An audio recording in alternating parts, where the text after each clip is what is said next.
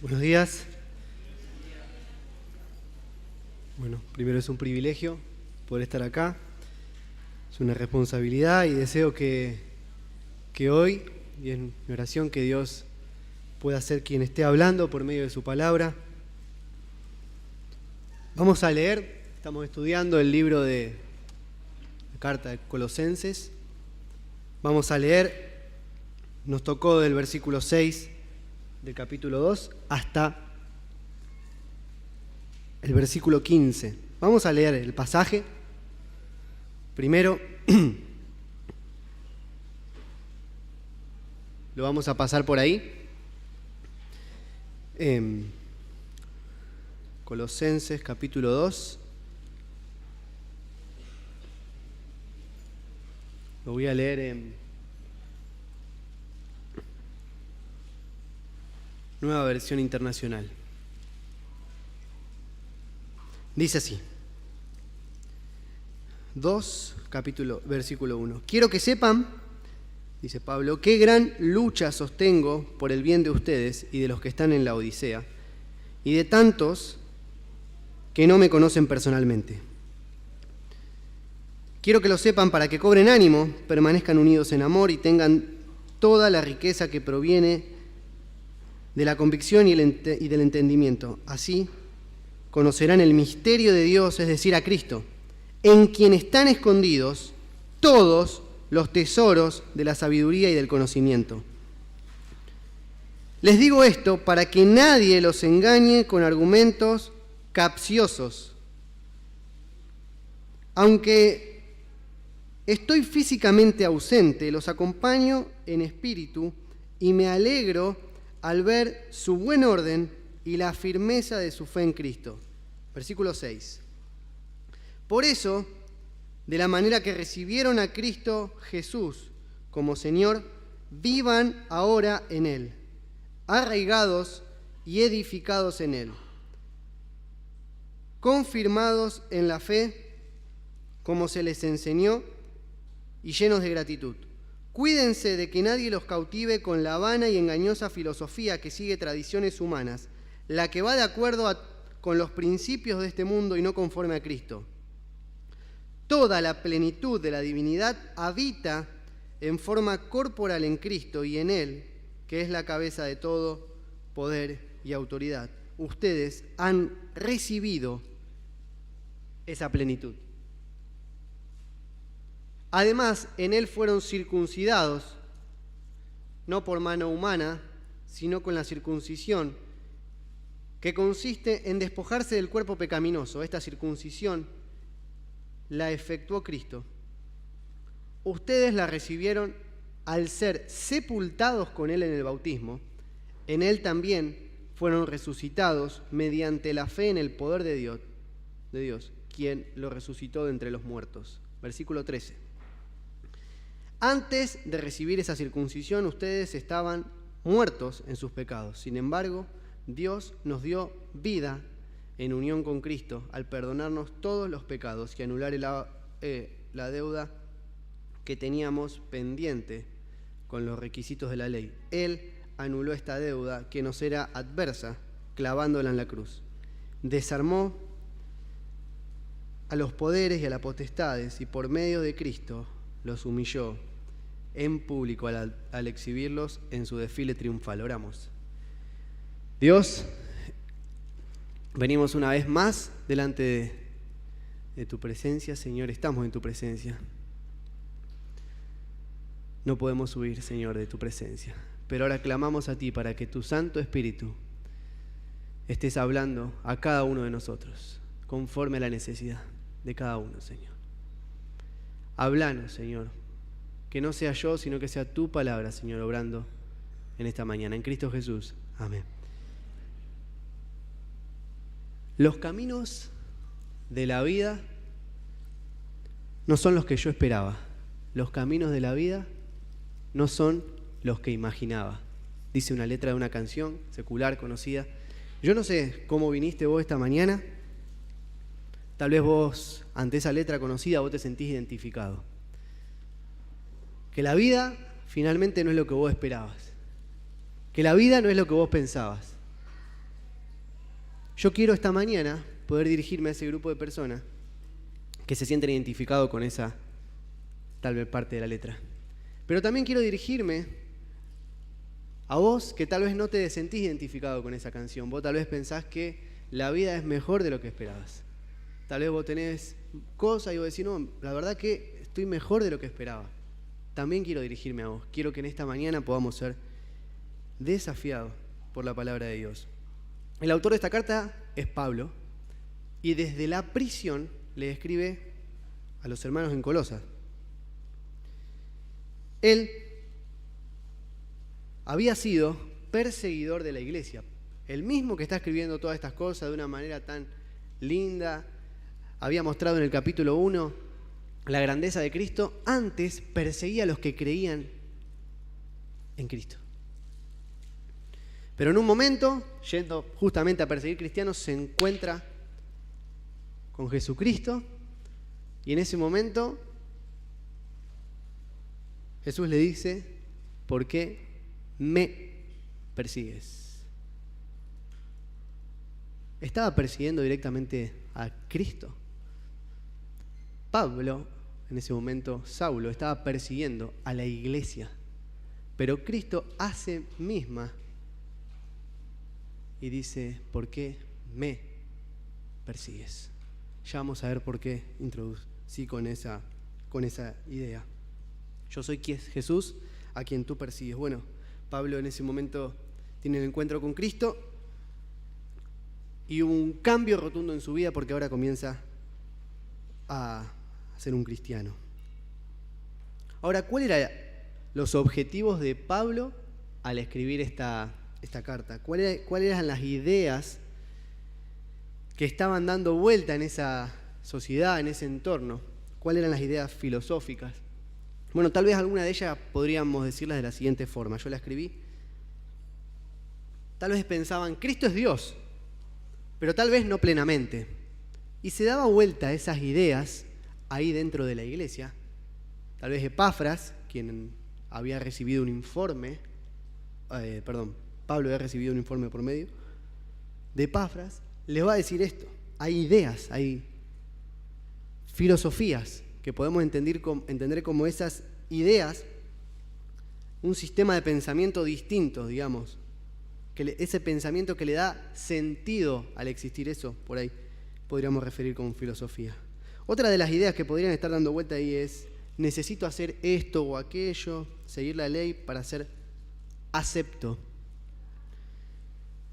delante de Dios. Otras de las ideas por ahí más griegas que la encontré en internet decía Epicuro que la clave de una vida feliz es acumular la mayor cantidad de placer y reducir el máximo dolor. Tal vez de esa manera esas ideas de alguna u otra se iban metiendo y se iban de alguna manera perturbando lo que era la idea central, que ya la vamos a ver. La filosofía y la psicología habían suplantado la Biblia. Y eso puede ser algo que puede estar pasando hoy día. Existía este peligro para los colosenses, y no solo para ellos, sino para los que mencionas también de la iglesia de la Odisea, los menciona al principio del capítulo. En Apocalipsis podemos ver de que ellos, los de la Odisea, se creían que estaban bien. Confiaban en sus conocimientos, no confiando plenamente en el autor y sustentador de todas las cosas. Apocalipsis 3:17, no lo busquen, yo soy rico y me he enriquecido y de ninguna cosa tengo necesidad. Y no sabes, eso es lo que dices, pero no sabes que eres un desventurado, miserable, pobre, ciego y desnudo. Versículo, vamos a Colosenses, vamos a ir al 6.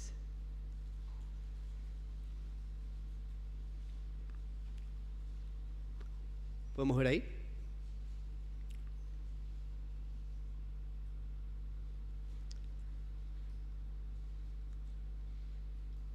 Cinco. Aunque estoy físicamente ausente, los acompaño en espíritu y me alegro al ver su buen orden y la firmeza de su fe en Cristo. Primero vemos que Pablo lo está alentando al saber de su buen orden y firmeza en la fe. Versículo 6. Por eso, de la manera que recibieron a Cristo Jesús como Señor, vivan ahora en Él. De esa manera que ustedes recibieron, ya introducido en el capítulo 1, que dice que ese Jesús, que Él es la imagen del Dios imposible, el primogénito de toda creación, porque en Él fueron creadas todas las cosas, las que están en el cielo, en la tierra, en Él, de la manera que recibieron a ese Jesús, vivan ahora en Él. Ahora, fíjate cómo va a decir que vivan. Arraigados y sobreedificados, dice la Reina Valera. Y la NBI dice arraigados y edificados en Él. Arraigados, esa palabra hace referencia a algo vivo. Una raíz viva. Algo viviente. No dijo Pablo, arraíguense a Cristo como un clavo a la pared. Es algo muerto, un clavo. Fíjate lo profundo que tiene esa palabra, porque arraigado es algo de constante crecimiento, algo que se expande. Entonces, andar en Cristo permite de que crezcas, porque estás en Cristo. La segunda palabra dice sobreedificado. El fundamento que es Cristo, sobre Él, la piedra viva, debes edificar, le dice Pablo a los colosenses. Confirmados en la fe, como se les ha enseñado, y llenos de gratitud. Y ahí va a empezar. Y el versículo 8 dice, mirad, cuídense de que nadie los cautive. Es como si vos vas así caminando por ahí, en un cartel de pares, mirá. Pablo le dice, que nadie los cautive con la vana y engañosa filosofía que sigue tradiciones humanas. Ya lo vimos alguna de ellas.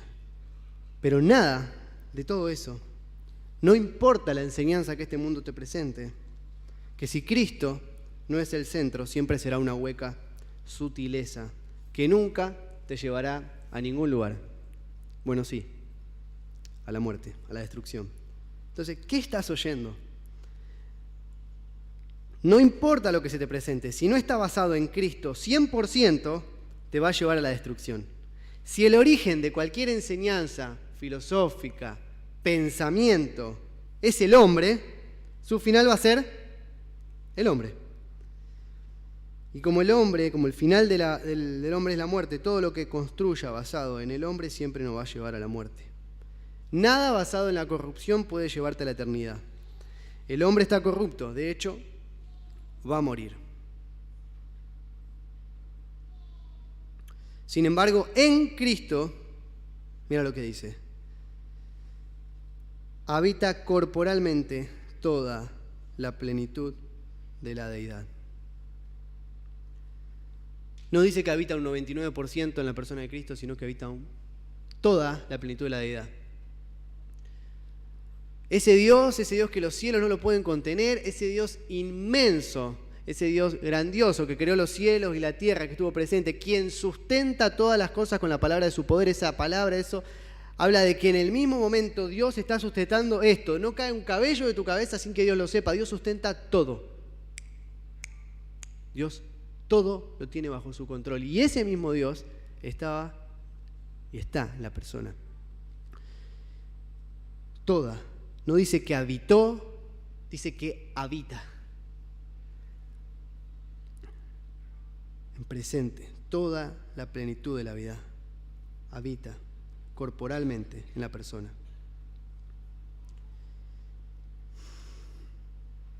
Acá se resume la respuesta a cualquier filosofía engañosa o sistema de pensamiento que el mundo nos pueda presentar. La suficiencia de Cristo para todo en nuestra vida. Dada que la plenitud de la esencia misma de Dios está en Cristo, entonces no hay nada que justifique el andar buscando fuera de Él cualquier cosa que necesitemos. Y si no tenemos aquello que deseamos, es porque ¿No lo necesitamos o todavía no lo necesitamos? Así que a la luz de este versículo, cualquier añadidura o búsqueda de conocimiento fuera de Cristo, por ejemplo, mediante filosofía, hueca sutileza basada en tradiciones humanas, no solo será un ejercicio inútil, para nosotros especialmente es una afrenta para Dios y su Hijo, quien habita corporalmente toda la plenitud de la deidad. ¿Qué estás buscando fuera? Fíjate para entender un poco la inmensidad de este Dios. O sea, en 1 Reyes 8:27, lo tengo acá, no lo tienen que buscar, pero Salomón va a decir: ¿pero morará verdaderamente Dios sobre la tierra? Si los cielos y los cielos de los cielos no lo pueden contener, ¿cuánto menos esta casa que yo he edificado? Refiriendo al templo, ¿verdad? Pues en Cristo descendió Dios a los hombres y habitó entre ellos con toda la plenitud de su deidad, y sigue haciendo. No busque fuera.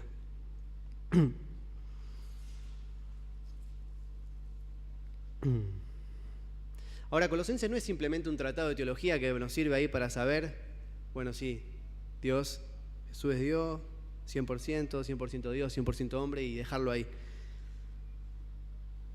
Para que solamente Pablo nos dejó para que viéramos la teoría y sin ninguna aplicación práctica, no, sino para que entendiéramos que Cristo es Dios mismo y que gracias a Él podemos estar completos, sin ninguna carencia de nada, aunque nos parezca que nos falte algo.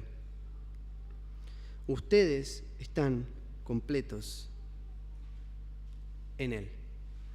Ahora, yo tengo una pregunta para ustedes. Cuando leemos, ustedes están completos en Él, ¿qué imagen se te viene a la cabeza? 5 segundos. Ustedes están completos en Él. ¿Cómo es? Primera imagen que se podría... Tengo 3 ejemplos. Cristo complementa mi vida. Es un complemento a mi vida. Estoy completo en Él. Segunda imagen. Estoy con Cristo. ¿Hago una selfie? Estoy con Cristo. Estoy completo con Él. No. Estoy en Cristo. Cristo no viene a hacer algo más en tu vida. Vos estás muerto por tus propios pecados. Estamos muertos. Y la única forma de que vos tengas sentido, que tu vida tenga sentido, es que vos estés en la vida. ¿Quién es Jesús? Ustedes están completos en Él, que es la cabeza de todo principado y potestad. Nuestra vida depende de Él acá. Nuestra salvación depende de Él. Nuestra santificación depende de Él. Y nuestra glorificación depende de Él. No nos falta nada. Creer lo contrario es un engaño del diablo, que siempre nos quiere arrastrar por el mundo pidiendo lo que no necesitamos y sin dar gracia por lo que ya tenemos. Y si vos crees que te falta algo, pedíselo a Dios, porque como Jesús dijo, ¿qué padre de ustedes si su hijo le pide pan le da una piedra? Más adelante va a decir, cuánto más vuestro Padre Celestial, ¿verdad? Y si no lo pedimos, es porque no nos conviene recibirlo, por lo que sea. Pero finalmente estamos completos en Él.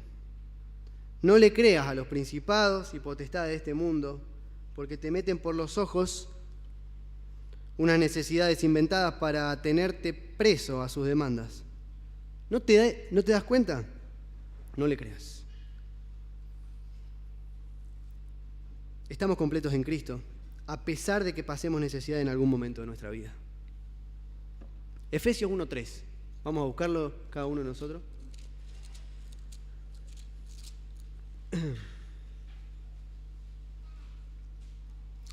Según este versículo vamos a pensar, a ver, bendito sea el Dios y Padre de nuestro Señor Jesucristo, que nos bendijo con toda bendición espiritual en los lugares celestiales en Cristo. Según este versículo, ¿cuántas bendiciones tenés?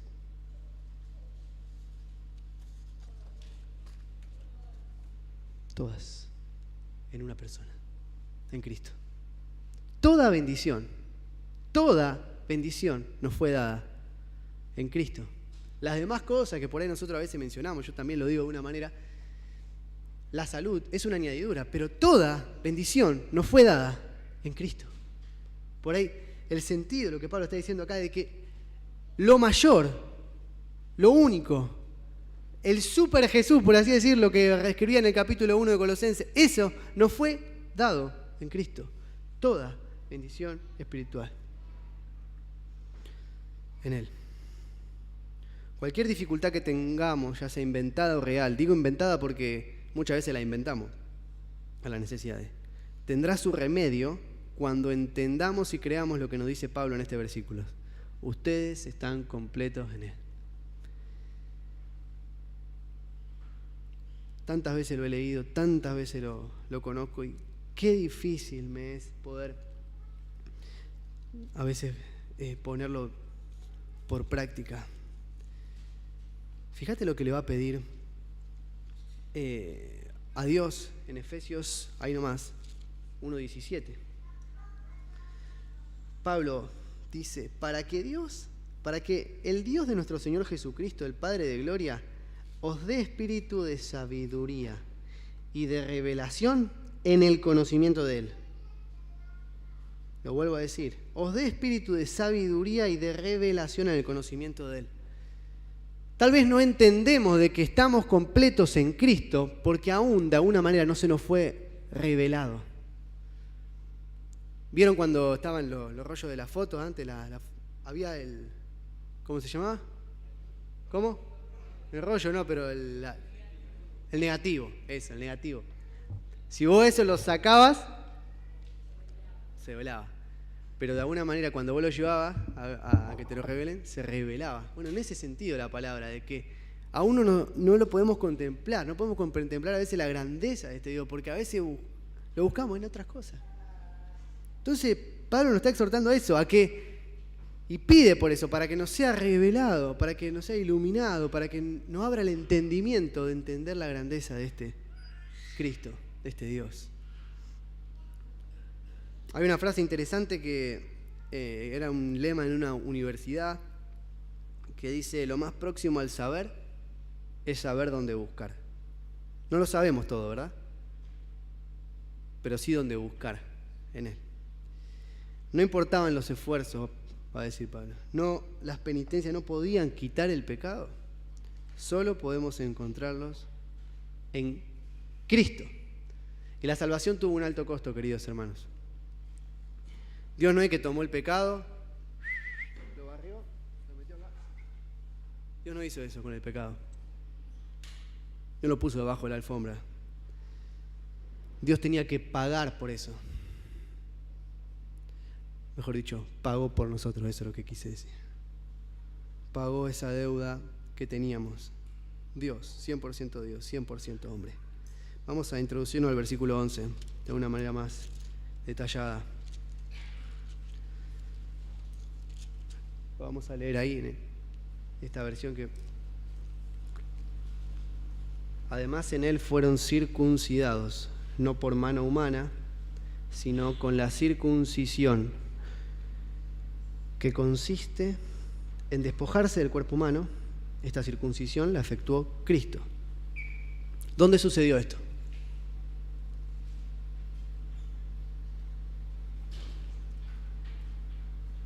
¿Dónde sucedió? Lo vuelvo a leer. Además, en Él fueron circuncidados, en Él, en Cristo. No por mano humana, sino con la circuncisión que consiste en despojarse del cuerpo pecaminoso. Esta circuncisión la efectuó Cristo. Fueron circuncidados. ¿Cuándo fue esto? ¿Presente, pasado, futuro? Pasado. ¿Cuándo fue? ¿En dónde? En la cruz. Ustedes la recibieron al ser sepultados con Él en el bautismo. Versículo 11. Porque estoy acá leyendo, Gálatas 6:15, dice, porque en Cristo ni la circuncisión vale nada, ni la incircuncisión, sino la nueva creación. Carballosa tiene un comentario sobre Colosenses, donde cita a una persona que comenta lo siguiente. Y el contraste parece ser este, que la circuncisión hecha a mano, solo una porción de un miembro material es cortada, la circuncisión. Pero la circuncisión espiritual, toda la carne, que es el asiento y la habitación del pecado, es echada fuera y descartada. En la circuncisión de Cristo, es decir, en la circuncisión perteneciente a Cristo, en contraste con la que pertenece a la ley, que era realizada a mano,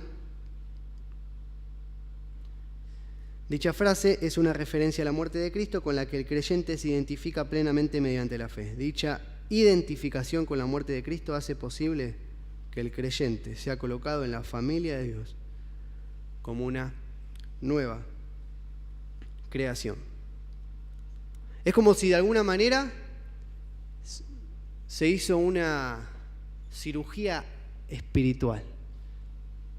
Cuerpo, sacamos el viejo hombre, Cristo. ¿Dónde sucede esto? En la cruz, ¿verdad? Pero de alguna manera eso es como que la parte de salvación obra en nuestra vida.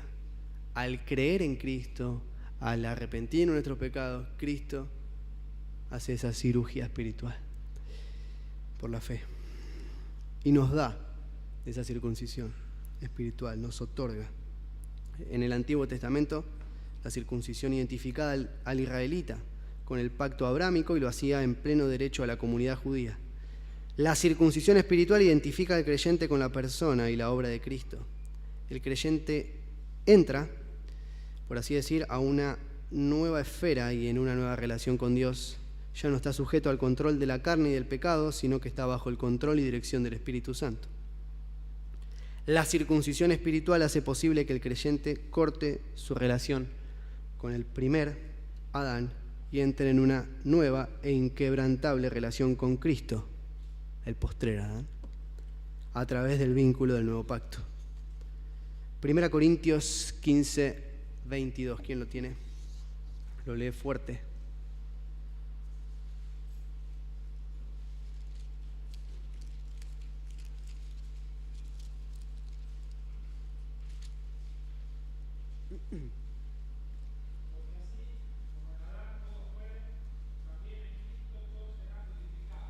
Perfecto. ¿Podés leer el 45, Fabi, por favor?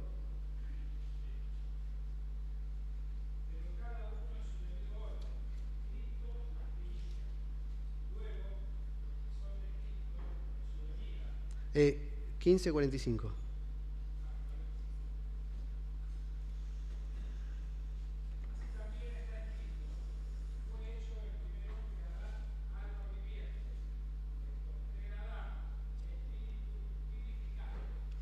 Gracias. Lo leo acá una vez más. 15:22. Porque así como en Adán todos mueren, también en Cristo serán todos vivificados. Para poder estar vivo, la única forma es no estar más en Adán. Tenés que estar en Cristo. La única forma es estar en Cristo. El 45 del mismo capítulo dice: así también está Cristo, fue hecho el primer hombre, Adán, alma viviente. El postrer Adán, alma vivificante. Cristo viene a ser el alma vivificante. ¿Estás en Cristo? Volvemos a Colosenses. Ya vamos llegando a la última curva. Pero la vida cristiana no es el mejoramiento de la vieja naturaleza, es dar una nueva naturaleza, hermanos. Cristo no te emparcha la vida, Cristo te da una nueva. Vos estás muerto en tus pecados, no hay forma de que puedas salir de ahí. Y de alguna manera, no de alguna manera, es así. Si vos creés en Cristo, como dijo Pablo, con Cristo estoy juntamente crucificado, no vivo yo, mas vive Cristo en mí. Vos moriste. Si vos creés en Cristo, si vos te arrepentiste, vos estás muerto. Moriste juntamente con Cristo. Ahora Cristo vive en vos. Vamos a ir avanzando el versículo 13. Antes de recibir esta circuncisión, ustedes estaban muertos en sus pecados. Sin embargo, Dios nos dio vida en unión con Cristo al perdonarnos todos los pecados y anular la deuda que teníamos pendiente por los requisitos de la ley. Él anuló esta deuda que nos era adversa, clavándola en la cruz. Desarmó a los poderes y las potestades y por medio de Cristo los humilló en público al exhibirlos en su desfile triunfal. Veíamos hace un momento que esto sucedió en la cruz del Calvario, ¿verdad? Pero yo dije que de alguna manera una parte sucedió, esa cirugía espiritual en el creyente. Versículo 14, ¿dónde sucedió? Si de alguna manera solamente quedábamos con la cirugía espiritual, Cristo nos daba, todavía había una parte, que era la deuda que teníamos por haber fallado los mandatos de Dios. Esa deuda impagable. Habíamos fallado los decretos, mandamientos, leyes, todo. ¿Dónde sucede? Versículo 14. La cruz. Como si de alguna manera una parte estaría dentro de nosotros y otra parte en la cruz del Calvario. Pero todo va a la cruz, ¿verdad? Anular la deuda que teníamos pendiente por los requisitos de la ley. Él anuló esa deuda que nos era adversa, clavándola en la cruz. Desarmó a los poderes y a la potestad por medio de Cristo, los humilló en público. Ahora, algo que hablábamos hace unos días con un amigo, que muchas veces nosotros, yo digo una palabra y ustedes piensan, a ver, Cristo. ¿Qué imagen se les vino a la cabeza? Sean sinceros, a ver, alguien que levante la mano y me diga. Vamos, Jesús. Vamos, ¿quién me dice qué imagen se le viene a la cabeza? ¿Sí? La cruz. ¿Cómo? ¿Cómo lo ves? Crucificado. Yo pienso muchas veces lo mismo. Y tal vez seríamos hipócritas muchos de nosotros si no pensamos eso. Johnny nos hablaba hace un momento en la cena de los ídolos. Y por ahí vemos, sí, porque ellos adoran a una. ¿Por qué nosotros tenemos esa imagen de Cristo crucificado? Cristo no está más crucificado. Eso fue un momento, una parte de la historia. Un predicador que fue a un campamento decía, si a un evangélico vos lo raspás un poquito, lo haces así, dentro de un rato aparece un católico. ¿Por qué tenemos esa imagen así? Si Cristo resucitó, fue un momento, quien cargó ahí nuestra culpa, nuestro pecado, pero resucitó. Él no está mal en la cruz, chicos. Cristo resucitó y esa es la imagen, de alguna manera, que no podemos entender, no podemos comprender, no podemos hacer ningún tipo de imagen, porque a Dios nadie lo ha visto jamás, pero es ese Dios a quien nosotros hoy venimos a exaltar, venimos a engrandecer, porque Él es digno. Y es mi oración que Cristo nos sea mostrado, iluminado, revelado, como decía, como vos quieras. Como decía Pablo, que podamos contemplarle para que lo veamos lo más precioso, como Él es. Como Él es. Hay un ejemplo que es muy gráfico, que es sobre un niño. Si vos a un niño vos le decís, ¿qué preferís? ¿Un helado o una tarjeta de débito con 1.000.000 de pesos? Un helado, una tarjeta de débito con 1.000.000 de pesos. ¿Qué va a elegir el niño? El helado, obvio. ¿Por qué? Porque no entiende el valor que tiene una tarjeta de débito. Compra mucho helado. Bueno, de alguna manera muchas veces nosotros somos así, elegimos el helado, elegimos el pecado, porque no vemos, no contemplamos a Cristo, no vemos la grandeza de su persona. Por eso es que Pablo ora de esa manera para los efesios, que Cristo les ha revelado, les ha formado, podamos contemplarle, que podamos ir a Él. Y de alguna manera hay varias cosas por ahí que he pensado, pero no quiero extenderme demasiado, pero de alguna manera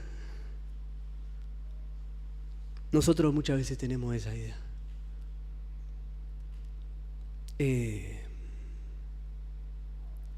y de alguna manera tapamos o contamos otras cosas y no mostramos a Cristo. ¿Pero por qué? Porque no nos fue revelado, no fue mostrado, iluminado y no lo contemplamos de la manera que lo debemos contemplar.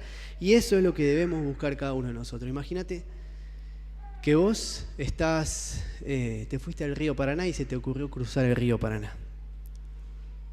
No sos como Lucas que sabe nadar, son como Marquito, que no se la aguanta cruzar. Y empezaste a nadar en esa agua sucia del río Paraná, pero que a mí me gusta. En fin, cruzaste y te quedás en el medio, te agarra una corriente, te envuelve. Imagínate que estás vos ahí. No te queda más fuerza, no tenés salvavidas, estás solo, no tenés nada, te estás a punto de hundir. Y en el momento que te estás a punto de hundir así, viene una lancha. Llega. Se te pone al lado y te dice: ¿querés tener un mejor trabajo? Vos lo mirás así, me estoy ahogando, flaco. ¿Querés que tu vida mejore? ¿Querés tener una casa más grande? ¿Querés cambiar de, no sé, querés tener una esposa? No vale nada. No, yo necesito que me salve, me estoy hundiendo. Bueno, de alguna manera a veces es lo mismo, digamos. A veces queremos hablar de otra cosa, pero no estamos hablando de lo más precioso. Nosotros tenemos que mostrar de que están muertos. La gente en este mundo está muerta a causa de su pecado. Y nosotros también lo estaríamos si no estaríamos en Cristo. Entonces, cuando entendés que estás hundido, ¿querés a Cristo? Estoy hundido en mi pecado. Cristo te puede salvar. Cristo te puede dar una nueva vida. Cristo te puede perdonar. Cristo puede darte una nueva vida y clavar el acta de los decretos que desees contraria. Así que bueno, queridos hermanos, que sea esta nuestra oración durante esta semana, que podamos contemplar, que podamos de nuestra vida.